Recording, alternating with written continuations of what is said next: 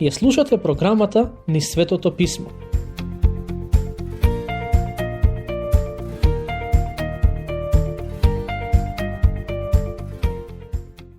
Во денешното проучување ќе размислуваме за една од најголемите револуции во историјата на човештвото. Зборувам за обраќањето на апостолот Павле. Во првите 10 стихови од 3 глава од посланието до Филипјаните читаме за тоа како Христос го промени неговиот живот. Всушност, на самиот почеток од главата, Павле ни дава увид во неговиот живот пред да го спознае Христос и потоа пишува дека спознавањето на Христос донесе драстична и трајна промена во него. Павле беше фарисеј со потекло од Венијаминовото племе, човек со голема ревност да му служи на Бог. Тој го прогонуваше Христос и сакаше да ја истреби црквата, мислејќи дека тоа е дел од неговата служба за Бог. Една од неговите главни цели беше да ги прогонува и убива следбениците на Исус Христос. Но одејќи кон Дамаск, да го направи токму тоа, се сретна со Господ Исус и тоа беше точката пресвртница во неговиот живот. Во неговиот живот се случи револуција и тој веќе никогаш не беше ист како порано. Кога се сретна со Христос, Павле се понизи и стана свесен за својата грешност. Откако се случи таа средба, неговите верувања, ставови и животни вредности се променија. Павле веќе не живееше за да го прогонува Христос и неговите следбеници, туку да им служи. Од тој момент, па се до крајот на животот, тој му служеше на оној кого претходно го мразеше и прогонуваше. Каква промена, зарем не? Неговото искуство многу добро опишува што значи вистинско христијанство. Кога една личност вистински почнува да верува во Христос и да го следи, целиот светоглед на таа личност се менува. Како што другите се чудеа на промената во животот на Павле, така другите треба да се чудат и на позитивната промена во вашиот живот како последица од одлуката да го следите Христос. Кога Господ Исус Христос влегува во животот на една личност, таа веќе никогаш нема да биде иста. Но, затоа ќе размислуваме подоцна, кога ќе дојдеме до тие стихови. Сега ќе го прочитам стих 2. Ако имате Библија со себе, ќе ве замолам да ја отворите кај овој дел од посланието и да ме следите додека читам. Чувајте се од кучињата, чувајте се од лошите работници, чувајте се од лажно обрезување. Во овој стих, апостолот ги предупредува филипјаните и им вели да се чуваат од 3 нешта. Првото предупредување се однесува на кучињата. Не станува збор за кучињата како домашни миленици. Апостолот Павле нема ништо против нив. Некои луѓе се чуваат од кучиња бидејќи се плашат од нив, но во овие стихови Павле зборува за нешто сосема поинакво. Прашањето е, на што мисли апостолот кога им вели на филипјаните да се чуваат од кучиња? Има еден старозаветен стих кој може да ни помогне во наоѓањето одговор на тоа прашање. Ако отворите во Исаја 56:10, ќе забележите дека таму има предупредување против лажните пророци. Во времето на пророкот Исаја, лажните пророци им велеа на луѓето дека Бог ќе ги благослови и ќе им го даде неговиот мир, и покрај тоа што народот живееше во грев. Тие всушност ветуваа во Божјото име нешто што самиот Бог не го дал како ветување. Свесен сум дека како израелците тогаш, така и ние денес копнееме по Божјиот мир, спокој и благослов. Но се додека не се покаеме за своите гревови и не почнеме да живееме според неговата волја, нема да ги добиеме тие нешто од Бог. Низ годините, многу пати сум ја имал приликата да проповедам и поучувам во различни црковни контексти, но секогаш сум се трудел на луѓето да не им давам лажна надеж, кога станува збор за Божиот мир и неговата благонаклоност. Бог ме повика да ја проповедам вистината, а не да им кажувам на луѓето тоа што сакаат да го слушнат. Во една од црквите каде што служев во минатото, имаше човек кој ја напушти црквата, а по некое време дознавме зошто. Тој рекол дека преку проповедите кои редовно ги проповедав во црква, ретко ме слушал да зборувам за тоа дека Бог сака да ги благослови луѓето, да им даде напредок и слично. Тоа му пречело и затоа си заминал од црквата. По некое време, исто така дознавме дека човекот имал свој бизнис, но не го водел според христијански вредности. Не знам што очекуваш од мене. Да му кажам дека Бог ќе го благослови неговиот бизнис без разлика на тоа што се однесува спротивно на Божите правила? Такво нешто не можам да кажам. На тој човек му беше потребна предупредувачка порака, а не порака во која ќе му кажам дека Божјата благонаклоност ќе биде врз неговиот живот и бизнис. Денес постојат голем број луѓе кои сакаат да слушаат пораки за Божјиот мир, утеха, благослов, но не се подготвени да се покајат за своите лични гревови, за да ги добијат тие нешта. Со таквите треба да бидеме искрени и да им ја кажеме вистината, а не да им даваме лажни ветувања. Кога бев на доктор пред неколку години, тој беше многу искрен со мене и ми кажа дека дијагнозата е лоша. Кога го прашав за што станува збор, тој ми рече: "Во вашето тело има рак." Не ми се допадна тоа што го слушнав, но му бев благодарен зашто беше искрен со мене и ми ја кажа вистината. Не ми требаше докторот да ми каже дека се е во ред со мене, бидејќи тоа ќе беше лага, а мене ме интересира вистината, колку и да е болна. Во времето на Исаја имаше многу лажни пророци кои му нудеа лажна утеха на народот. Тие воопшто не ги предупредија луѓето за Божиот гнев кој доаѓа, ниту пак ги повикаа на покаяние. Во Исаја 56:10 пишува: "Стражите нивни сите се слепи и неразумни. Сите тие се неми пци, кои не можат да лаат, но лежејки, бладаат и сакаат да спијат." Пророкот ги опишува како кучиња, кои се неми и не можат да ја завршат работата за која се поставени во стадото, односно во Израел. Една од главните задачи на овчарските кучиња е да го заштитат стадото од натрапници. Например, ако лав или мечка сака да убие некоја овца, кучето во најмала рака треба да лае и да даде некакво предупредување. А лажните пророци во времето на Илија беа луѓе кои гледаа опасност, а сепак молчеа. Наместо да го предупредат народот, тие му велеа дека се е во ред и дека Божиот мир ќе владее на земјата. Тоа е еден од главните проблеми денес и во нашата држава. Немаме духовни водачи кои храбро ќе застанат и ќе го соочат народот со реалноста таква каква што е. Голем дел од духовните водачи се како неми кучиња, кои само гледаат што се случува, но не реагираат. Да се вратиме на зборовите на Павле. Кога тој ги предупреди филипјаните да се пазат од кучињата, тоа предупредување се однесува на лажните учители кои лукаво се обидуваа да го воспостават своето влијание помеѓу христијаните. Всушност, тоа беше еден од најчестите проблеми со кои Павле се соочуваше во неговата служба. Стих 3.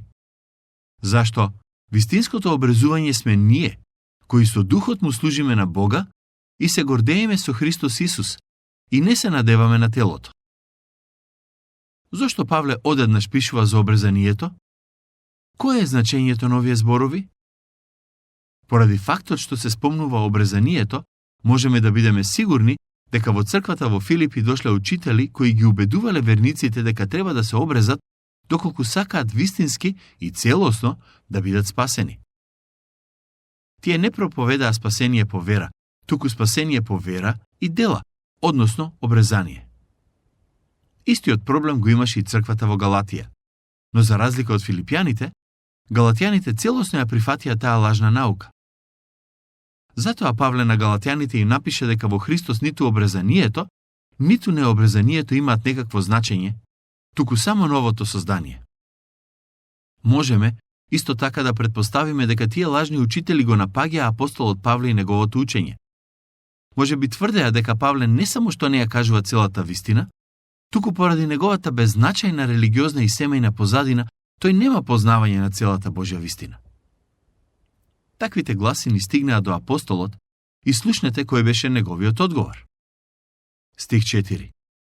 Иако јас можам да се надевам и на телото. Ако некој друг мисли дека може да се надева на телото, тогаш уште повеќе можам да се надевам јас. Павле вели, ако некој воопшто може да се фали со телото, односно со личните достигнувања, тогаш тоа сум јас. Последните стихови ќе спомне 7 нешта кои му беа од големо значење пред да го сретне Христос.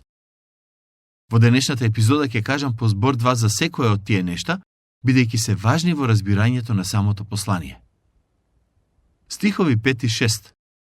кој сум обрезан во 8-миот ден, од родот Израелов, од Венијаминовото колено, евреин од евреите, по законот фарисеј, по ревност гонител на Божјата црква, според правдата на законот безпрекорен. Прво, тој вели дека е обрезан во 8-миот ден. Што значи тоа? Значи дека неговите родители беа побожни луѓе кои на 8-миот ден го однесоа во храмот за да биде обрезан од страна на свештеникот. Сетете се дека и Марија и Јосиф го однесоа Исус на 8-миот ден во храмот за да биде обрезан. Пишувајќи за неговото обрезание, Павле сака да нагласи дека е роден и пораснат во дом во кој Мојсеевиот закон беше почитуван. Неговите родители биле луѓе кои живееле послушно кон законот на Мојсеј. Да се порасне во побожно семејство е голема привилегија. Јас навистина жалам што кога растев, моите родители не беа многу заинтересирани за верата. Татко ми беше зависен од алкохол и не сакаше ни да се приближи до црква. Тој беше огорчен човек со многу предрасуди во срцето. За волја на вистината, ме приморуваше да одам на часови по веронаука и благодарен сум му за тоа. Но во нашиот дом не се зборуваше за верата во Христос. Затоа, кога отидов во библиско школо, многу основни работи од Библијата ми беа нејасни. Другите студенти знаеја многу за Библијата и затоа јас требаше да посветам повеќе време на студирање за да го достигнам нивното знаење. Причината зошто знаеја многу повеќе од мене беше фактот што беа пораснати во христијански домови. Павле ја имаше привилегијата да расте во дом во кој родителите беа верници. Ако вие сте ја имале таа привилегија, треба да му бидете благодарни на Бог. Потоа, тој вели дека е од родот Израелов. Во тоа време лажните учители често ги напаѓаа оние кои немаа еврејско потекло или оние кои беа полуевреи. Затоа Павле вели, не сум таков каков што ме мислат лажните учители. Јас сум од родот Израелов. Со други зборови, тој на некој начин се фали дека има добро родословие. Нешто што можело да се провери во храмот. Во тоа време, неговото потекло како чистокрвен евреин имаше навистина голема вредност, особено во однос на одбраната од лажните учители. Никој не можеше да го обвини дека еврејската култура и религија му се непознати или туги.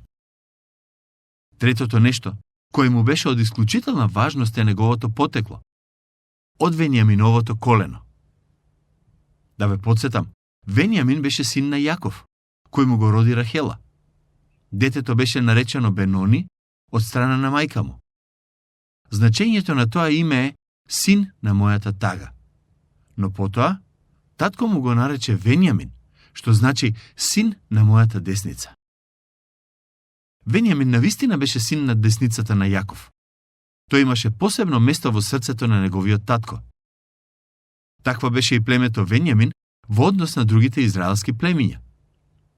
Например, првиот цар на Израел, Саул, потекнуваше од Венијамин. Тоа племе беше познато и значајно и по други важни моменти и настани во историјата на Израел, и мислам дека токму тоа е една од причините зошто Павле кажува дека неговото потекло е од тоа племе, од Венијамин. Знаете, потеклото на една личност е од исклучителна важност за незиниот растеж и развој. Мислам дека животот на Павле е добар доказ за тоа. Тој потекнуваше од важно племе, се роди во семејство кое беше побожно, и тоа во голема мера влијаеше на насоката кон која се движеше неговиот живот. Некогаш се случува да сретнам луѓе кои ми велат: моите родители беа искрени и посветени верници.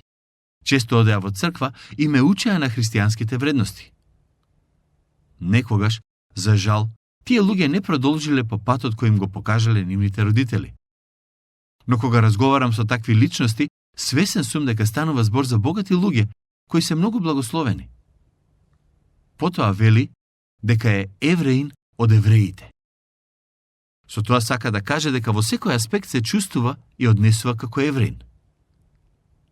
Петтото нешто кое го спомнува Павле е, по законот, фарисеј. Фарисеите беа сметени за најдуховните и најпосветените луѓе во Израел. Тие беа религиозна и политичка група која беше основана во така наречениот меѓузаветен период. Како религиозни луѓе, тие беа фундаменталисти. Веруваа во божествената инспирација на писмото, во постоење на ангели, демони, воскресение, вечен живот, чуда и слично. Покрај тоа што беа религиозни, фарисеите исто така беа и политички активни. Тие беа екстремни националисти.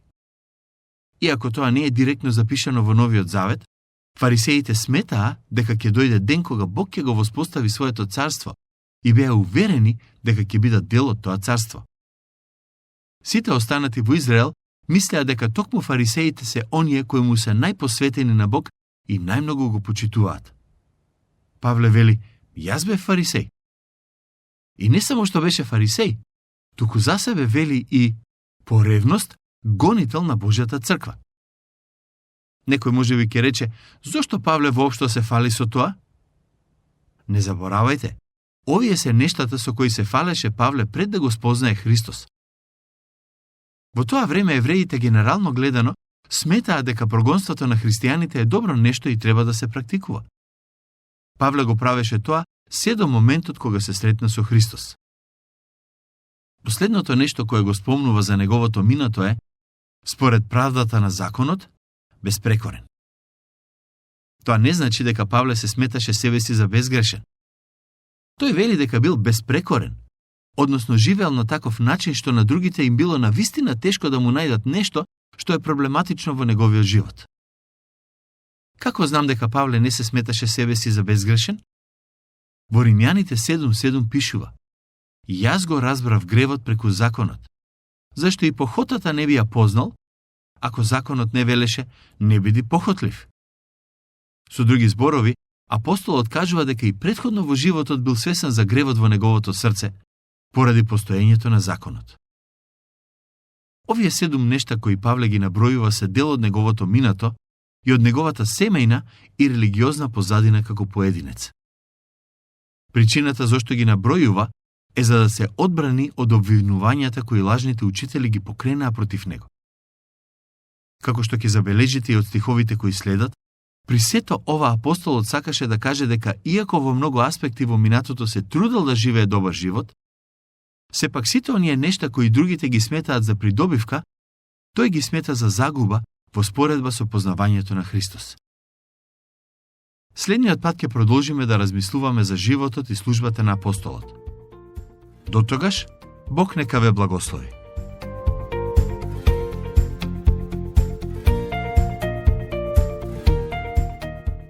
Слушнавте емисија од програмата Ни Светото Писмо. Можете да не слушате и преку мобилна апликација на нашиот YouTube канал и на сите познати подкаст платформи, како што се Google, Apple и Spotify. Ако ви се допаѓаат нашите програми, споделете ги и препорачајте ги на вашите пријатели. Бидете слободни да оставите свој коментар или да ни пишете на нашата имейл адреса nissvetotopисmo@gmail.com. Следете ги нашите страни Низ Светото Писмо Македонија на Facebook и Instagram.